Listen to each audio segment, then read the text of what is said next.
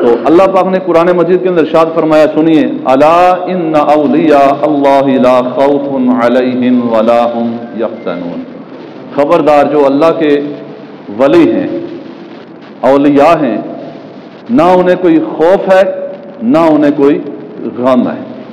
یہ خوف اور غم کیا ہوتا ہے بھائی؟ یہ بیان کرنا اور سمجھانا اللہ کے ولیوں کی شان، میں کہتا ہوں اس وقت بہت ضروری ہے۔ اتنے فتنے سر اٹھا رہے ہیں اور فتنوں کی لپیٹ میں لوگ آ کے نا اللہ کے ولیوں کے گستاخ ہوتے جا رہے ہیں اور ان کی شان کے منکر ہوتے جا رہے ہیں، جبکہ قرآن پاک اس بات کے اوپر دال ہے کہ قرآن پاک میں کئی مقامات، 1 2 5 10 نہیں، 20 جگہ ایسی ہیں، 20 آیات ایسی ہیں جن کے اندر اللہ عز و جل نے اپنے ولیوں کی شان بیان فرمائی ہے۔ رسول اللہ صلی اللہ علیہ وسلم کے فرامین کے ذخائر موجود ہیں، مجلد صورت کے اندر موجود ہیں، جس کے اندر اللہ والوں کی شانیں بیان ہوئی ہیں، اللہ والوں کے تصرفات بیان ہوئے ہیں، اللہ والوں کے اختیارات بیان ہوئے ہیں۔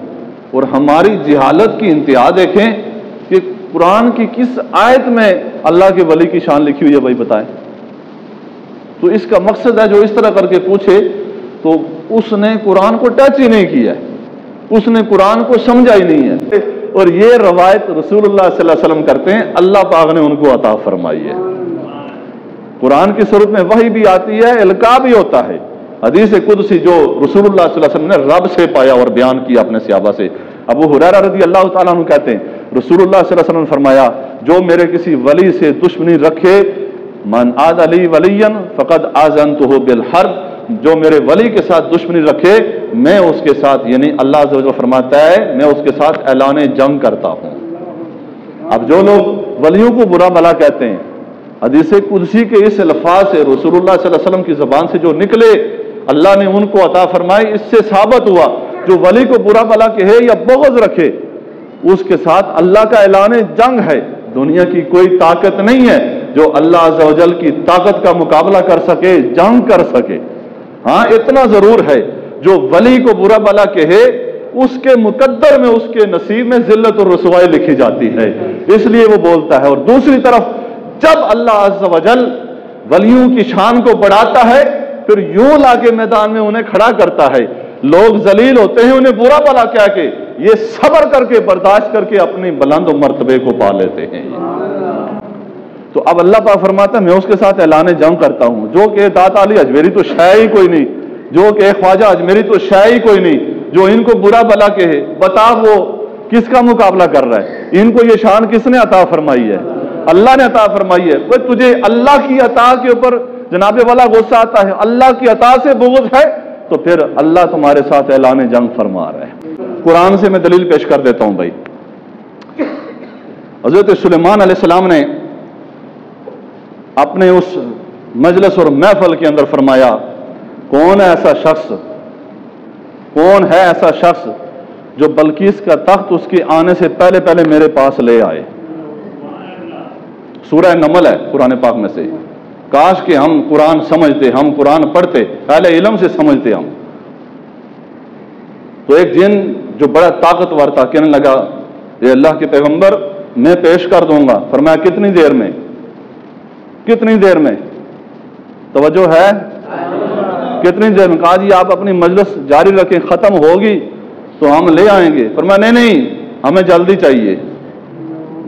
نبی نبا ان سے نا، غیب کی خبر دینے والا، نبی کو پتا تھا، حضرت سلیمان پیغمبر کو پتا تھا، اور جن سے بھی زیادہ طاقتور ایک میرا امتی، ایک انسان موجود ہے جو بیٹھے بیٹھے ہی آنکھ بند کرنے اور کھولنے میں جتنی دیر لگتی ہے اتنی دیر میں اس تخت کو لا سکتا ہے۔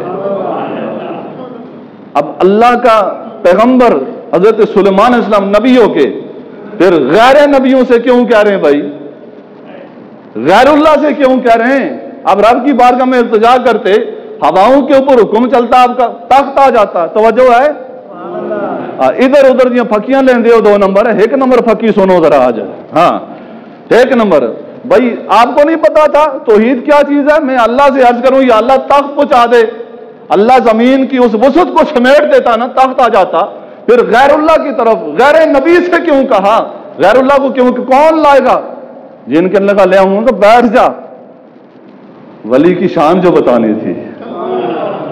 حضرت یاسر بن برقیہ عرض کرتے ہیں اللہ کے پیغمبر یہ عاجز ناچیز بندہ لائے گا کتنی دیر میں؟ آپ اپنی آنکھ مبارک بند کریں، کھولنا تو دیکھنا سامنے ہوگا، پلک جھپکنے میں آنکھ بند کرو کھولو کتنا ٹائم لگتا ہے؟ سیکنڈ سے بھی جلدی ہو جاتا ہے بھائی۔ تو آپ نے آنکھ بند کی اور کھولا، یہ تو نہیں کہا یہ شرک ہو جائے گا، یہ کیا ہے؟ تو غیر اللہ یہ کام کر رہے ہیں، اور قرآن اس کے اوپر جناب والا شاہد ہے، دال ہے، دلالت کر رہا ہے قرآن۔ آنکھ بند کی تو تخت سامنے، آپ نے جا کے دیکھا تو نہیں تھا، کوئی گاڑی یا کوئی جناب بھائی ایئر سسٹم تو نہیں کیا ہوا تھا آپ نے، نہ کوئی بائی روڈ، بغیر دیکھے کوئی اللہ نے ولیوں کو یہ شانیں عطا فرمائی ہیں، کہیں کوئی کام کرنا ہو، جانا ہو، تو تصرفات کرنے ہوں، وہاں دیکھنے کی پہچاننے کی ضرورت نہیں ہے۔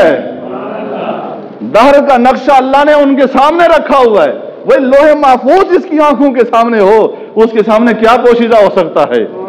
لو جی سنیں، لا کے رکھ دیا۔ حضرت سلیمان علیہ السلام پتہ کیا فرماتے ہیں؟ ھذا من فضل ربی، ھذا من فضل ربی۔ یہ تو نہیں فرمایا کہ ھذا من فضل عظیم، ھذا من فضل، یہ میرے رب کا فضل ہے۔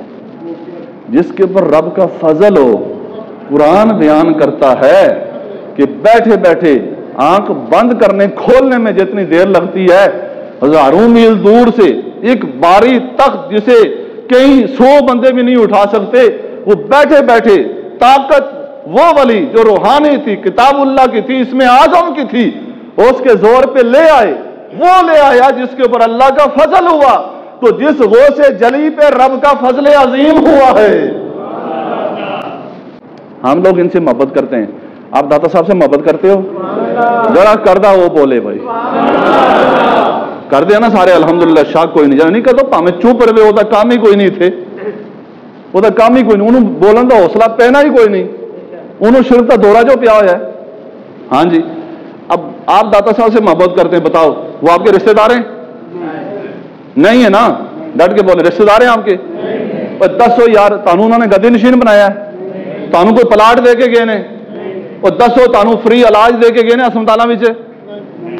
کوئی شاید تانوں دے کے گئے ان کے تسی میرے نال محبت کرنا لالچ دے؟